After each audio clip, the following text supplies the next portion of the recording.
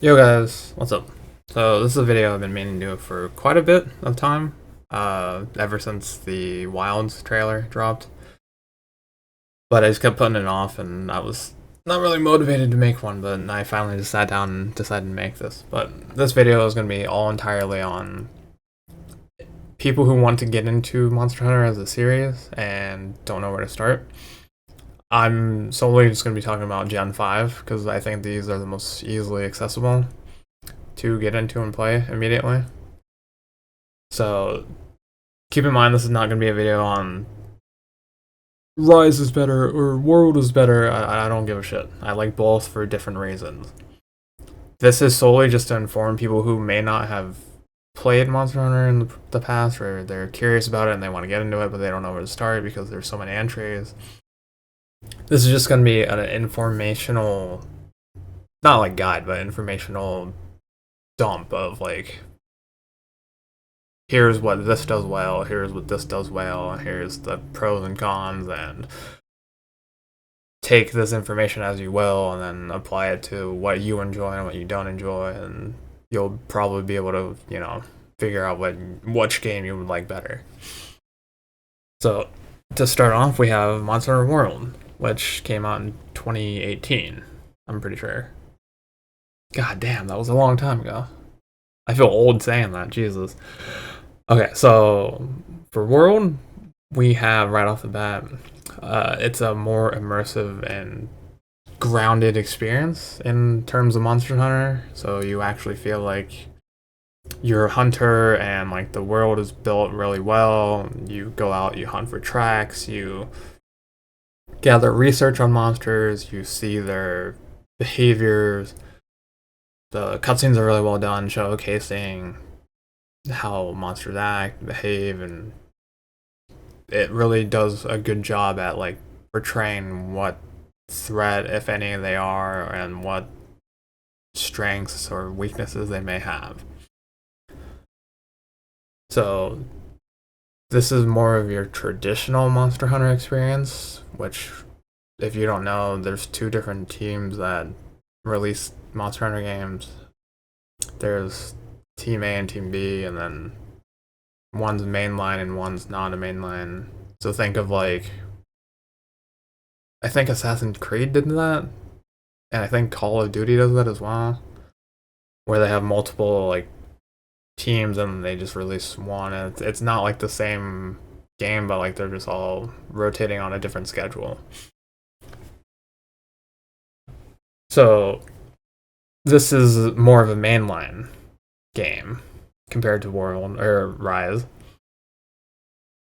So this would be your more overall like not crazy, not super insane with like what you can do.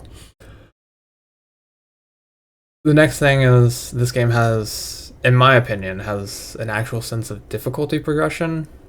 So we'll talk about that later when I get to the Rise section, but in World I felt like the progression of monsters you fought via story and what you unlocked actually felt like a nice incline of difficulty. It wasn't like, here you're fighting a great Jagras, so the next thing you know you're fighting fucking Fatalis. Like, it was gradually like, oh, here's a giant lizard, now here's a giant chicken, now here's a mud T-Rex, and then now here's a mudfish, and then here's a T-Rex that can breathe fire, and then like, so it like naturally progressed up and like built up on what you learned from your previous encounters in hunts, so that you were better off prepared, and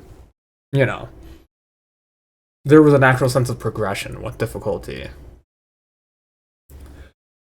This is also the generation where I feel skills on armor were becoming a little overloaded. And what I mean by that is, so I've been playing Monster Hunter for a really long time. I've been playing since 2009. I know that's not like that long compared to like some people who were playing on the PS2, but I feel like I got in pretty early.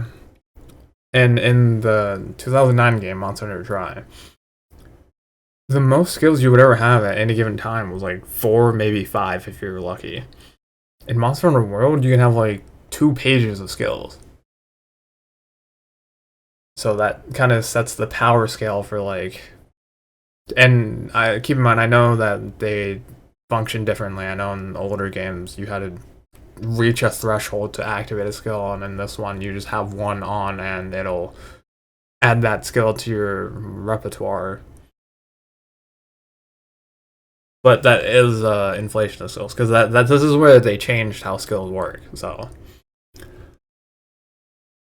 another, I say, con, I guess, of this game would be the weapon designs. In the real early parts, like base game, you aren't really going to see a lot of unique weapon designs. You're going to see a lot of bone weapons or models of bone weapons just slapped on with like fur of whatever monster you're creating the weapon for. And then like steel, you're gonna see the same thing, just like a basic steel weapon, and then like when it's sheathed, you'll see like on the back the fur or scales of whatever monster. There's no uniqueness. The uniqueness comes later in Iceborne. And there's still not like a whole like they did a better job, but I would have preferred to have a lot more uniqueness with weapon design than just slapping fur or scales on like a plain model and then being like, okay, this is your weapon. Another con I would say are force sections. So like the gathering tracks between your MR or HR, LR progression. It kind of breaks up the flow of the game, I feel. And keep in mind, well, you wouldn't keep this in mind because I didn't say it yet, but I played through World, I think 6 different times.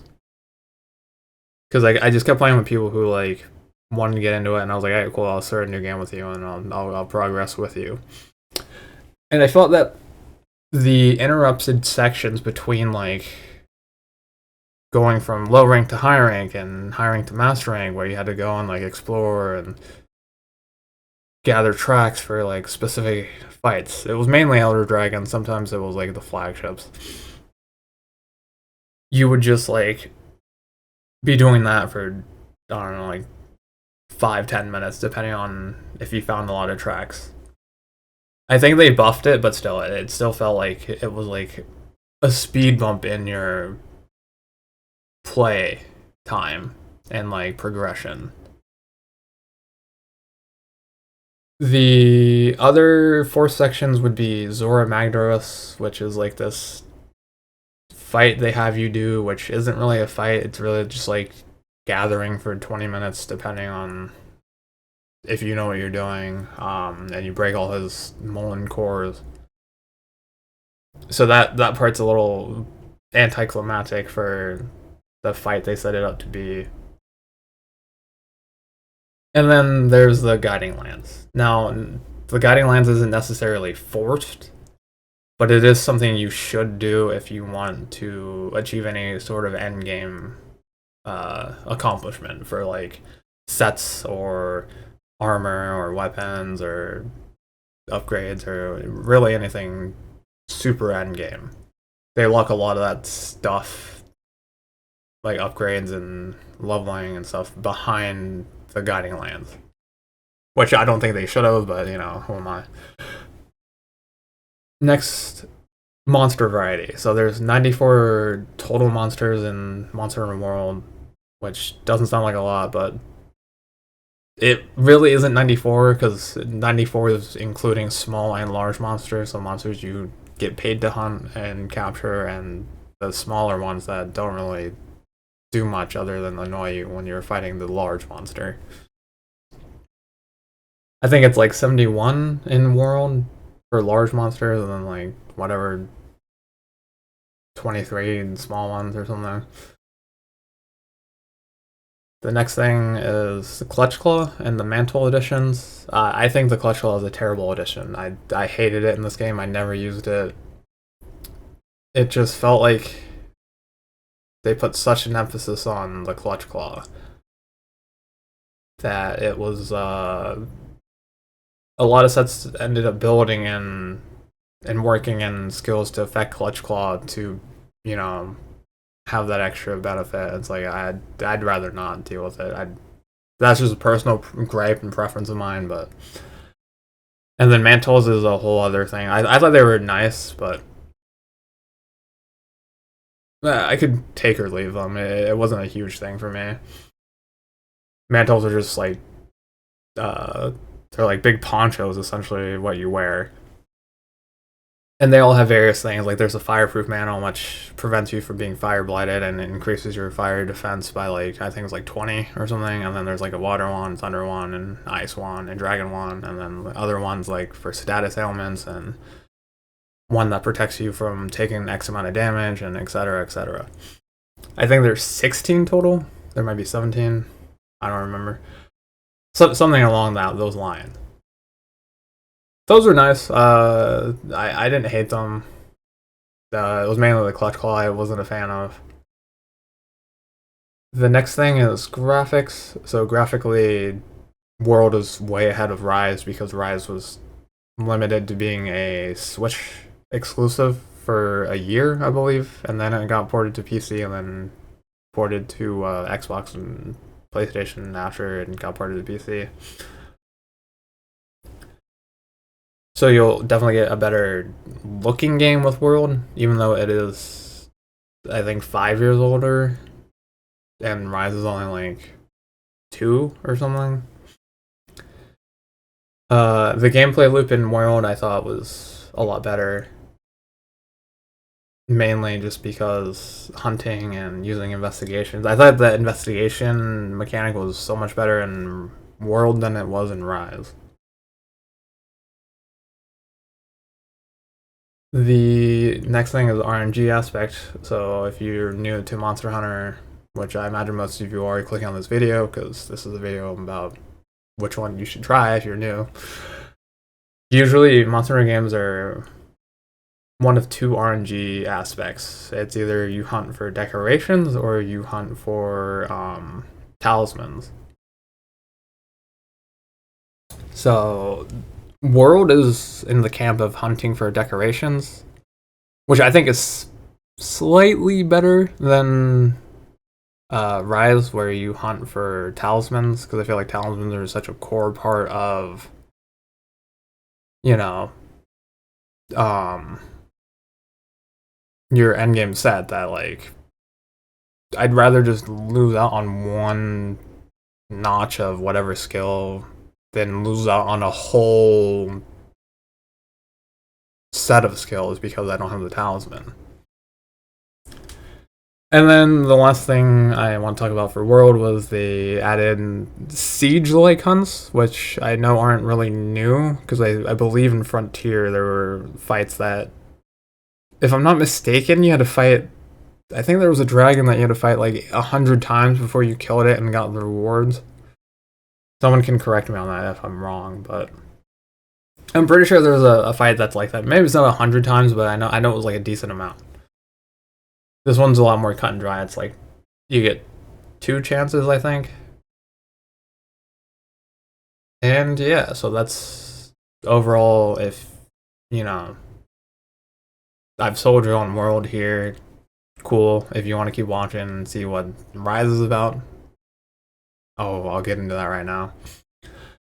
So Rise off the bat already feels way more arcadey, and you'll notice this if you end up playing World and then Rise, or if you have played any mainline series before and then came back to play Rise. The game feels a lot more arcadey and just like balls to the wall than World will. This is mainly due because of the wire bug mechanic. So what wire bugs are is like it's a core functional component to the gameplay loop of Rise. You have wire bug skills, which are weapon skills that are locked behind using and spending wire bugs. Then you have wire bug as like a movement option. If you get hit, you can wire bug back and be back into the fight in action immediately, or you can wire bug back twice and then get bodied again twice and die. I've had that happen a few times. And the Wirebug also allows for Wirebug riding, I think is what it's called. Which is when, and you'll see why I say it's arcadey in a second, which is when you deal enough damage to a monster and then you can ride them, and then it turns into like a mini game of like taking the monster and then beating the shit out of the other monster with it. And if you really wanted to, you do this 3 times, because you could take one monster, beat up the one that you're supposed to be hunting, and then go find the other monster, take that one, beat up the same one you're hunting, and then by that point, your monster you're hunting should be ready to be rode, and then you can get a bunch of free damage. So that plays into the next part, which is Rise is significantly easier overall. At least in my opinion, there's no real challenge in Rise. Like, the big challenge in World was Fatalis or Lashion, depending on what camp you were in. I feel like nothing comes close to. In World, there was even Raging Bracky. Raging Bracky was a really fun fight, and it was challenging. None of those 3 fights, nothing comes close to any of those 3 fights in World and Rise. Sorry, I keep saying Rise and World, and I'm gonna get this confused and mixed up every single time. But nothing in Rise comes close to any of those 3 fights, at least to me personally. Skill overload is a lot more apparent in this game. So if World was skill overload on like a scale of 1 to 10, it would be like an 8, and Rise skill overload would be at like 11. And that's because there's a new mechanic called Curious Crafting, where you can now meld, well, not meld, but you can now RNG your way into skills on your armor set, so even more skills that aren't normally there. So, for example, like Raslos, I think, has attack up on the helmet or something. You can Curious Craft the helmet and then boost it so it has attack +2, and then like Powder Mantle, and then like defense or something. So now you have 3 benefits from that instead of just having the 1. So now this leads to, and you can do that 5 times because you wear head, chest, arms, waist, and legs. So that's another thing, is that you go from having 2 pages of skills from World to having 3, sometimes 4 pages of skills in Rise. The thing Rise has on World is that the weapons look a lot more unique, and they have, actual character to them. They're not just bone or steel with slapped on scales or fur, and that's happening from the beginning of the game. And then in Sunbreak, which is the expansion, they expand on that so it stays unique throughout, more so than World to Iceborne. The 4 sections in Rise are a lot more annoying, I feel nobody I've talked to ever has enjoyed the Rampage quests that are the story progression for base game. And then I feel like nobody I know prefers Anomaly grind to the Guiding Lands. At least the people I know. I'm sure there are people who will love to come and be like, "Oh, I preferred this one." It's like, okay, like, cool. I don't care. I'm just saying, out of the people I know, nobody really enjoyed the Anomaly grind. I also know a lot of people who didn't do a ton of Anomaly grind, like, because there's levels with it. So like, you're gonna be Anomaly level like 500, but I know a lot of people who are only Anomaly level like 30 because they stopped caring. They didn't give a shit. But I know other people who, those same people are max level. They max out every single area in the Guiding Lands, and that's like 6 different areas. Monster variety in Rise is a lot better. That's another thing. I wish it wasn't in such a game that was like this easy, because it would have been nice to fight like a lot of more unique creatures in World. So in World, you really only have Brute Wyverns, Flying Wyverns, and Piscine Wyverns. Piscine. I don't know how to say it. And that's really it. And then Rise, you get all three I mentioned just now. You get spiders, you get leviathans, you don't get a snake, which is a little depressing because I wanted Naharala to come back. If you don't know what that is, it's a giant snake monster. It's the only one of its kind in that classification since they removed Remembra from the classification. But yeah, you get a lot more variety in what you fight, and so it's not like you're fighting the same, like you're not fighting the same class of monster every 2 seconds. You can go from fighting flying wyvern to a spider to a leviathan to a brute, and then go back to an elder dragon or back to spider, whatever you want to do. Another thing that adds and contributes to the difficulty of, or not difficulty, but the ease of Rise is the hunting parties. The hunting parties are way too large. So in World, you can go up to 4 in a party, and that includes cats. So if you have 2 people, you get 2 hunters and 2 cats, or palicos, I guess. In Rise, you get 8, sometimes 9 entities in your party. So in Rise, you have 4 hunters, and you have 4 hunters you can each bring either your Palamute, which is your dog, or your Palico, which is your cat. And then sometimes, for story reasons, they'll add a follower to the quest, so that adds another hunter, and then boom, you're at 9. Now you have 9 things wailing on this creature, and honestly, I feel like the health pool is not adjusted that well for this being the case. Because with 9 people, you fight an elder dragon that the story builds up to be like super challenging and dangerous, and then you beat the shit out of him for 5 minutes and you're done. I was like, what? Like, I think if they limited you to 4, like it's supposed to be, because like allegedly in the lore, if you bring more than 4 people on a hunt, it's bad luck. I don't know why they threw that out the window for whatever reason, but who am I? The next thing is graphics. Obviously, like I mentioned before, this game was limited to the Nintendo Switch, so the Switch can only push so much graphical performance. So if you give a shit about graphics, play World. If you don't give a shit and you can take a hit to graphics, it still looks decent, but it's not going to be anywhere near World level. You can play Rise still. The gameplay loop for Rise, I feel, is a lot less interesting than the gameplay loop for World. I think that's mainly due to the investigation system missing in this game. There is an anomaly system, like I mentioned earlier, but I feel like a lot of people gave up on that really quick and didn't care. I know so many people who loved World, played the shit out of those, got to Rise, got to Endgame, and they're like, and then they just stopped playing. Like, it wasn't compelling, I feel, is what it was. Like, there was no reason to do the anomaly stuff, I feel. Like, it was just, like, there. And the RNG aspect of Rise is the talismans, like I mentioned earlier.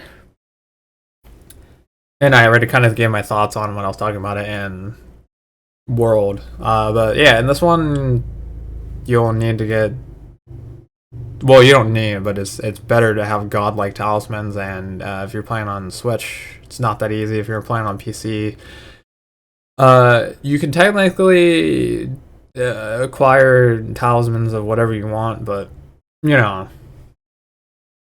there are things people will say don't do or whatever. Like, if you hate RNG, go for it. It doesn't matter. If you don't, if you want to like try to actually get one that's like legit or whatever, do that. It doesn't matter. And like, I don't know why people attack people over doing shit. Let them play. If they still get enjoyment after doing it, so be it. It doesn't matter. But yeah, I feel like a talisman lost due to RNG and having to get it through chance is a lot more detrimental than not having one decoration. But yeah, so those are the initial like overviews of each game and a little input from me, myself, and I on what aspects I liked and disliked of each topic I was talking about.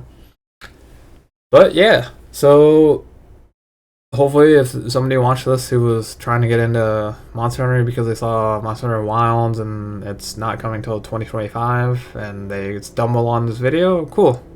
Thanks for checking it out and hopefully I was able to help you. I'll probably have, gameplay. I have a few different videos of me playing both of these games, so I'll probably just throw those up while I'm talking about those specific games and just have those run and have this as B-roll. So ultimately, yeah. I guess one thing I almost forgot to mention and to touch on a little bit was in Rise, the weapons have a lot of like expanded movesets, which is nice because it adds another layer of depth to each weapon. And it actually completely in Rise from World, one weapon changes completely, and that's the hunting horn. I don't know the specifics of the change because I'm not really a hunting horn player, but I know it is different between the two, like drastically different. But yeah, the weapons all have a new, fresh moveset. Some were seen from Generations Ultimate, which is the game that came out before World, I believe. And yeah, that's about it. So if you have any questions or, like these kind of videos, let me know and I'll try to. I do plan on doing another video on Monster Hunter, but it'll all depend on how motivated I am to make that video. So again, if I helped anybody, I might be rambling here, but yeah, if I helped anybody get into Monster Hunter, let me know. If you were like, I don't know which one to pick, and then you saw this, I don't know why you would see this because I'm not like super big on YouTube, but just let me know. I love saying I've gotten so many other people into Monster Hunter. I've gotten at least 18 people to play, so I'm doing my part. But yeah, okay, I'll see you guys next time whenever I upload, whether that be next week, tomorrow, 3 months from now. Never know.